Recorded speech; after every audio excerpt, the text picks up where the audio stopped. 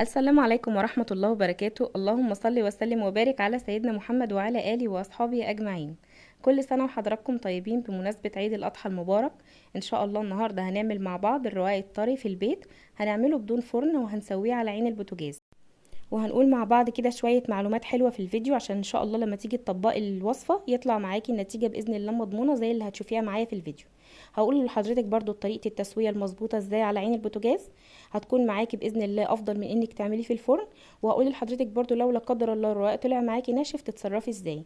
أول حاجة نسمي كده بسم الله وعلى بركة الله. معايا كيلو من الدقيق الأبيض متعدد الاستخدامات بما يعادل 8 أكواب. هنزود عليه معلقة كبيرة من السكر الحبيبات، وبعد كده هزود عليه معلقة صغيرة من الملح. تمام. وبعد كده هبدأ ان انا اخلط كل المكونات الجافة مع بعض. الرقاق الطري مش بينضاف عليه خميرة نهائي، يعني ما بنحطلوش اي خميرة خالص. تمام. هخلط بقى كده كل المكونات الجافة كويس جدا مع بعض زي ما حضراتكم شايفين. بعد كده هبدأ ان انا اضيف عليه 2 كوب من الحليب بما يعادل 500 ملي من الحليب، يعني الكوب حوالي 250 ملي. احنا بنضيف السوائل بالتدريج زي ما احنا متعودين، لان كل نوع دي بيختلف في كمية السوائل اللي بياخدها. ممكن تعمليه باللبن الرايب لو حضرتك حابة، او ممكن تعمليه بالمية لو عايزاه يكون اقتصادي شوية. بس كمية اللبن الرايب هتكون اكتر من الحليب ومن المية، لان القوام بتاعه بيكون تقيل. هبدأ بقى ان انا اقلب الدقيق كده او اعجن فيه بايديا كده بالسوائل زي ما حضراتكم شايفين. حسيت ان هو لسه هيحتاج معايا شوية تاني من اللبن، هبدأ ان انا اضيف عليه حوالي نص كوباية تاني. انا كنت مجهزة معايا 3 كوبايات احتياطي. هنا هبدأ ان انا اخلط تاني لغاية لما الم العجينة كويس جدا، وابدأ ان انا الاحظ ان الدقيق اختفى معايا. تمام. هنا الكمية بتاعت الدقيق، الكيلو دقيق اللي انا مستخدماه اخد معايا حوالي 650 ملي من اللبن.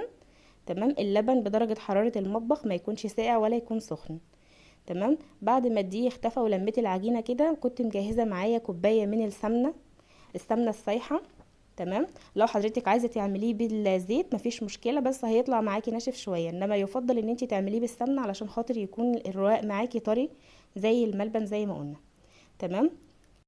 هكمل هنا عجن في العجينة لغاية لما الاحظ ان الكمية بتاعت السمنة اللي انا ضفتها اختفت في وسط العجينة ومش باينة. تمام. ممكن برضو حضرتك يعني لو حابة تعجنيها بزبدة مفيش اي مشكلة اطلاقا، يعني ممكن تعجنيها بزبدة او بزيت مفيش اي مشكلة زي ما قلت. بس انا بحب اعملها بالسمنة علشان خاطر تطلع معايا طرية. بعد ما لميت بقى العجينه كده كويس جدا والسمنه اللي انا ضفتها لها اختفت تماما واختلطت بالدقيق، بعد كده هبدا بقى ان انا اخدها على الرخامه واعجن كده بايديا زي ما حضراتكم شايفين. نعجن بقى فيها كده عجن كويس كده، يعني اجمادي شويه كده في الوقت ده. عايزه العجينه كده تكون معايا بتمط زي الاستيك علشان خاطر تديني نتيجه افضل في النهايه. وزي ما قلت برضو لو متوفر عند حضرتك عجان هيسهل عليكي وقت ومجهود. بس بصراحة انا بفضل العجن على الرخامة علشان خاطر بيخليني اتحكم في القوام بتاع العجينة، ويطلع معايا العجينة زي الاستيك زي ما انا عايزة وزي ما هتشوفوها معايا. بس اهم حاجة ان احنا نعجن العجينة كويس جدا علشان خاطر نشغل مادة الجلوتين اللي موجودة في الدقيق. تمام. عجينة الرقاق بتكون طرية بالشكل ده بس ما بتلزقش. هجيب بقى بولة كده نظيفة او طبق نضيف، وانا مش دهناه زيت ولا اي حاجة، زي ما هو كده ناشف مش ضايفة عليه اي مواد دهنية. هبدأ بقى ان انا اضيف فيه كده العجينة بتاعتي، واغطيها كده بالاسترتش راب او البلاستيك راب، وممكن تغطيها بكيس بلاستيك. تمام. مفيش اي مشكلة. واسيبها بقى ترتاح حوالي نص ساعة علشان تديني نتيجة في الفرد افضل بكتير. اهم حاجة ان احنا نريح العجينة مدة لا تقل عن ربع ساعة، يعني من ربع ساعة لنص ساعة. بعد ما عدى حوالي نص ساعة جبت بقى الصينية اللي انا هشتغل عليها، اللي انا هحط عليها الكور بتاعة العجينة. تمام. هرش عليها كده شوية حلوين كده من الدقيق.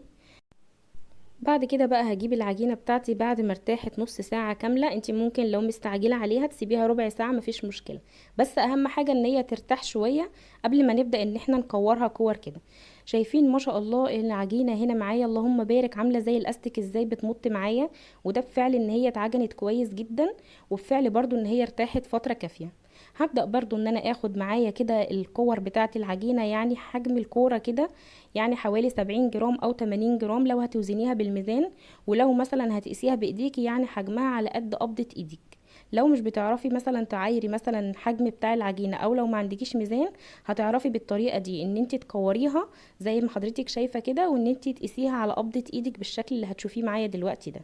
يعني انت كده بتقيسي حجم العجينة او حجم الكرة بتاعها، يعني بتاعت الرقاقة الواحدة قد قبضة الايد بالظبط. تمام. هخلص معايا كده كل الكمية بتاعت الكيلو الدقيق عملت معايا ما شاء الله حوالي 26 كورة من العجين. يعني عملت معايا حوالي 26 رقاق. انا عملت الصينية اللي حضراتكم شايفينها ديت، وعملت معاها صينية صغيرة تانية، عددهم كده ما شاء الله معايا اللهم بارك 26 كورة من العجين. يعني هتطلع معايا 26 رقاقة من الرقاق الطري الفلاحي. بعد كده هبدأ ان انا اغطي الوش بتاع الصواني كده بكيس بلاستيك، وبعد كده هبدأ ان برضو ان انا اغطيه بفوطة برضو احتياطي علشان خاطر ما ينشفش معايا وما يتعرضلوش اي هوا، يعني ما يدخلوش اي هوا خالص. هغطي كده كويس جدا واسيب العجينة معايا ترتاح برضو حوالي ربع ساعة كمان. بعد ما قعدت حوالي ربع ساعة هبدأ بقى ان انا اجيب معايا العجينة بتاعتي، الكور اللي انا مكوراها دي، وجبت معايا هنا كده مفرش سيليكون. يفضل ان احنا نفرد حاجة على الرخامة، ما ينفعش ان احنا نفرد العجينة او نرحها على الرخامة. يعني يفضل ان احنا نفرد اي حاجة زي مثلا مفرش سيليكون كده زي ما حضراتكم شايفين، او اللي متوفر عند حضرتك. لو متوفر عند حضرتك اي حاجة تانية بتفردي عليها، بس بلاش على الرخامة عشان العجينة هتلزق على الرخامة. هبدأ بقى ان انا اجيب كده قطعة من الكور بتاعة الرواق، ورشيت شوية من الدقيق في الاول. ما تكتريش من الدقيق قوي علشان خاطر الوش بتاع الرقاقة ما يجيرش معاكي ويكون مليان بالدقيق. هبدأ بقى ان انا افرد كده بالحجم اللي انا عايزاه. تفضلي بقى تفردي كده فيها كده في كل ناحية شوية لغاية لما تتفرد معاكي كويس جدا من كل الاطراف بتاعتها. تمام. يعني تفضلي رايحه جايه عليها كده بالمردنه او الفراده.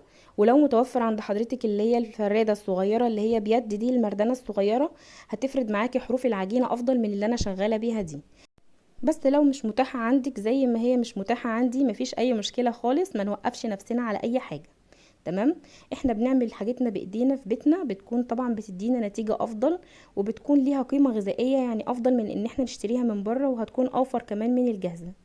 بعد ما فردت العجينه وما شاء الله اتفردت معايا بكل سهوله، وده بفعل ان هي اتعجنت كويس جدا وارتاحت برضو كويس جدا زي ما حضراتكم شفتوا. جبت معايا صينيه، وبعد كده حطيت عليها فوطه علشان خاطر العجينه ما تلزقش في الصينيه، زي ما قلنا ان العجينه بتلزق في اي حاجه بتكون صلبه.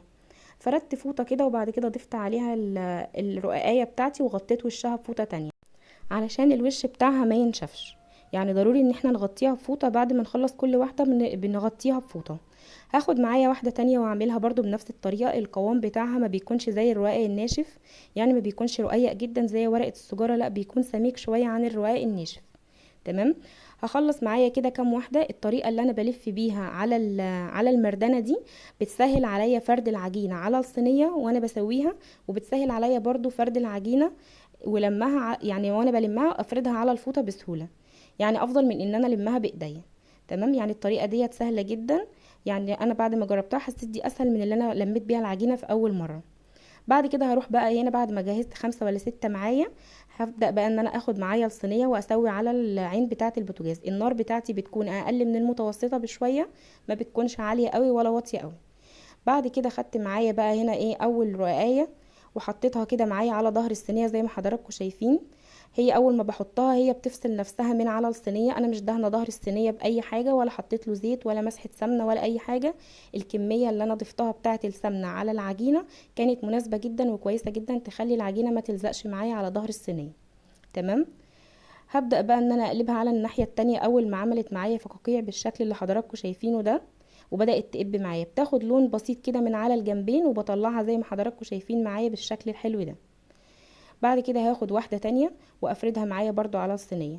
الطريقة اللي انا بفرد بيها بايديا ديت انا جربتها في الاول، بس حسيت ان هي ما اسعفتنيش، ويعني ما ساعدتنيش في ان انا ايه افرد الرقاية كويس على الصينية. هتشوفوا معايا الطريقة التانية اللي انا هفرد بيها، اللي انا بلفها على ماسورة او بلفها على المردنة، وبفردها كده بالمردنة على الصينية. بتسهل عليا كتير جدا، وبتحافظ على الشكل بتاع الرقاية بتاعتي. يعني بتحافظ على شكلها وبيطلع شكلها مدور معايا زي ما حضراتكم شايفين كده. اللي انا بعملها مع حضراتكم دلوقتي ديت على الصينيه دي، انا كنت فردتها بالمردنه على الصينيه علشان خاطر كده محافظه على شكلها زي ما حضراتكم شايفين. هوري لحضراتكم دلوقتي الطريقه اللي انا بفرد بيها. هي دي الطريقه اللي انا بتكلم عليها، اللي انا بلم بيها العجين من على المفرش السيليكون بعد ما بفردها، وهي برضو نفس الطريقه اللي انا بفرد بيها على ظهر الصينيه وانا بسوي. يعني ان شاء الله باذن الله كده لما تيجوا تطبقوا الوصفه باذن الله تعملوها زي ما قلت كده بالمردنه او على الماسوره، هتسهل عليكم كتير في الفرد وفي اللم بتاع العجينه من على المفرش السيليكون.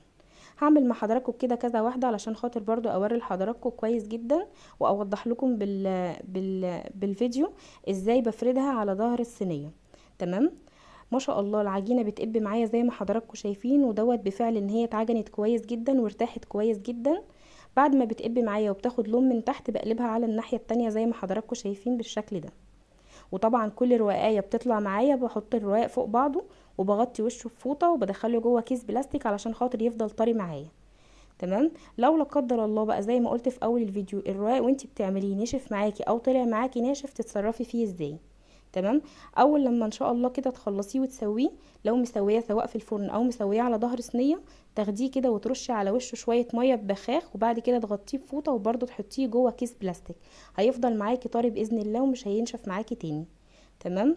يعني انا بوضح لحضرتك برضو لو طلع معاكي ناشف تعمليه ازاي، سواء عاملاه في الفرن او سواء عاملاه على ظهر الصينيه زي ما انا قايله كده على عين البوتاجاز. تمام. ان شاء الله باذن الله لما تمشوا على الخطوات اللي في الفيديو وتطبقوا الفيديو زي ما هو، هتطلع معاكم نتيجه ممتازه، وهتطلع معاكم الرق طري جدا زي الملبن، وان شاء الله عمره ما هينشف معاكم ابدا. كنت خلصت معايا كده هنا كل الكميه ما شاء الله زي ما حضراتكم شايفين. عملت 26 رقاقه ما شاء الله اللهم بارك من كيلو دقيق. ما شاء الله شايفين الرواق معايا طري جدا ازاي. ممكن الفه كده واعمله سندوتشات شاورما للاولاد، شاورما لحمه بقى وشاورما فراخ. وممكن اعمله بقى بالطريقه الاصليه وهي صينيه رواق باللحمه المفرومه في الفرن لزوم بقى العيد. كل سنه وانتم طيبين، العيد بكره.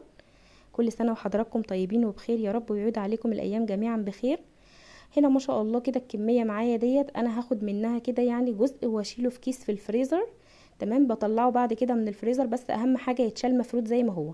بطلعه بعد كده من الفريزر وبسيبه يفك تماما، وابدا ان انا اعمل بيه صينيه الرقاق بالفرن باللحمه المفرومه. ان شاء الله هعمل معاكم الفيديو وانزله لكم على القناه عشان تشوفوا باذن الله النتيجه بتاعته حلوه ازاي.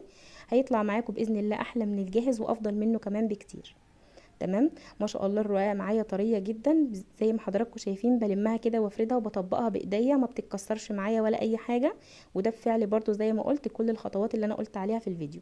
اتمنى تطبقوا الوصفه زي ما هي باذن الله، هتديكم النتيجه اللي انتوا عايزينها واكتر كمان واحسن منها ان شاء الله باذن الله. وباذن الله كده هستنى تعليقاتكم الجميله اللي بتفرحني، وما تنسوش اللايك والشير. ولو اول مره بتدخلوا قناتي ما تنسوش تعملوا اشتراك في القناه وتفعيل زر الجرس على الكل علشان يوصلكم كل جديد. وكل سنة وحضراتكم طيبين، واشوفكم في فيديو جديد، والسلام عليكم ورحمة الله وبركاته. باي باي.